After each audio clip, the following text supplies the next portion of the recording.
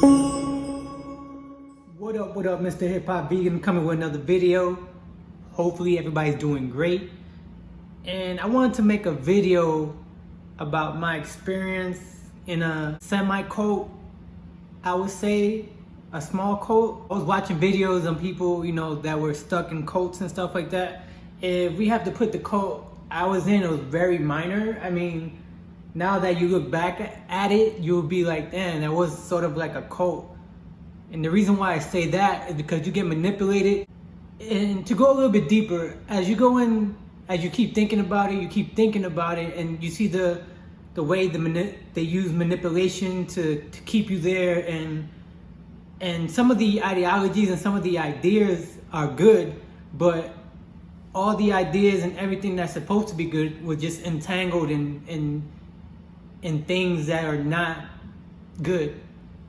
So I mean, it started when I was like 14, 15, back in the 90s. You're looking for things, and you have older brothers and stuff like that find things. So you go in there, you start learning different things, you start reading different scriptures, you start buying different books and stuff like that.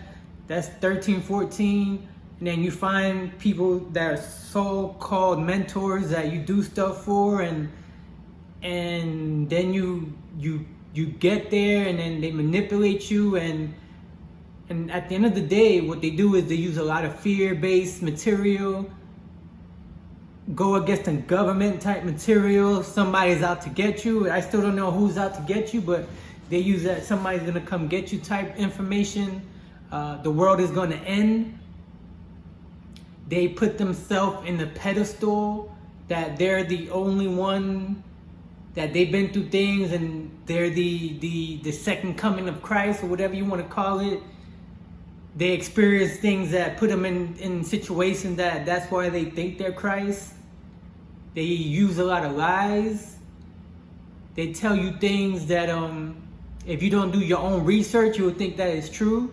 So that's why it's so easy to manipulate somebody who's younger, and teenagers. You can tell them, oh, this is the way to do it, this is what to do. But then the thing is that you're that age and you think, oh, they're telling you the truth, and you're really not going to do that research until you get older, and you're like, hold up, everything that they were saying is not the truth.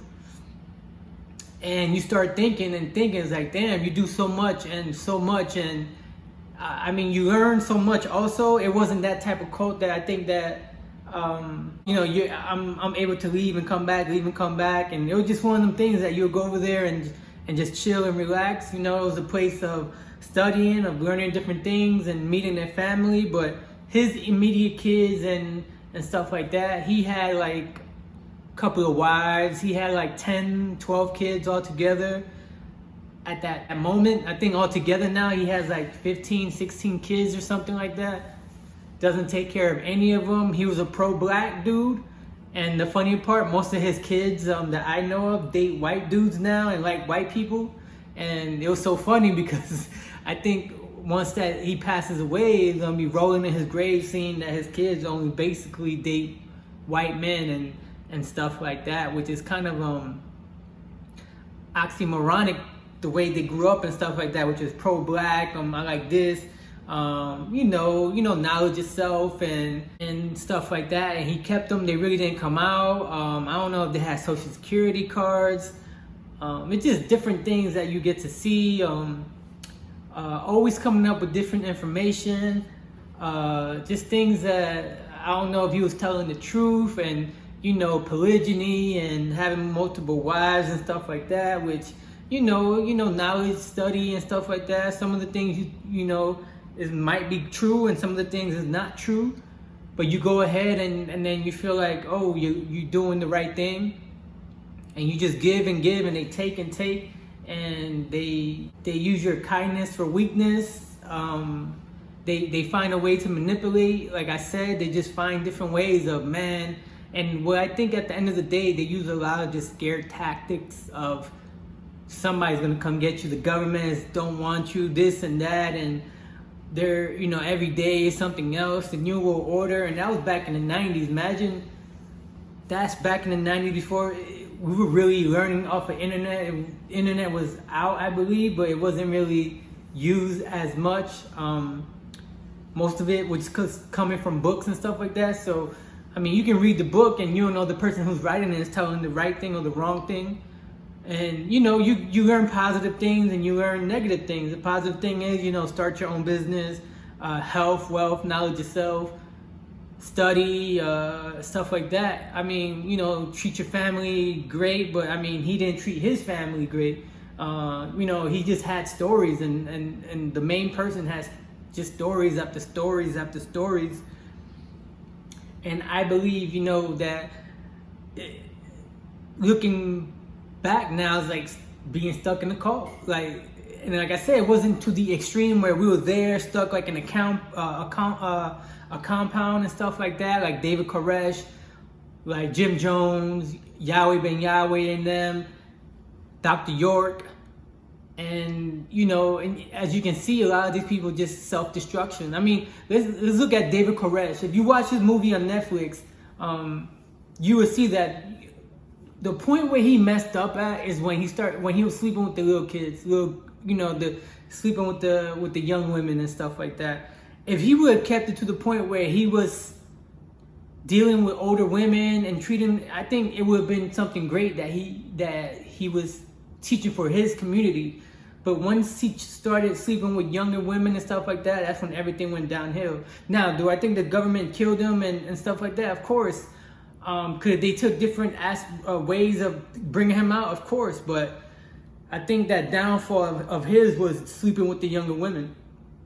And that's was the downfall. Just everybody, I think a lot of people are just sleeping with little boys, sleeping with little girls is where they mess up at. If they get to a point where you create a cult where, and not even a cult, a community where people have their family, they have everybody's, you know, self-sustained, y'all growing stuff together, building, not sleeping with each other's wives and stuff like that, and have somebody like on top, like Animal Farm, the pigs came in, they were trying to, you know, take over just like humans were. So, I mean, you get rid of the humans, but then the pigs came and just started being greedy also.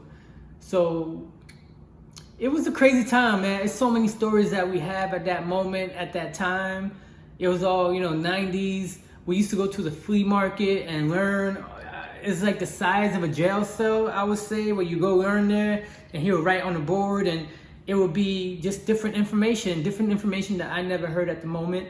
You know, the limbic system, emotions, thymus gland.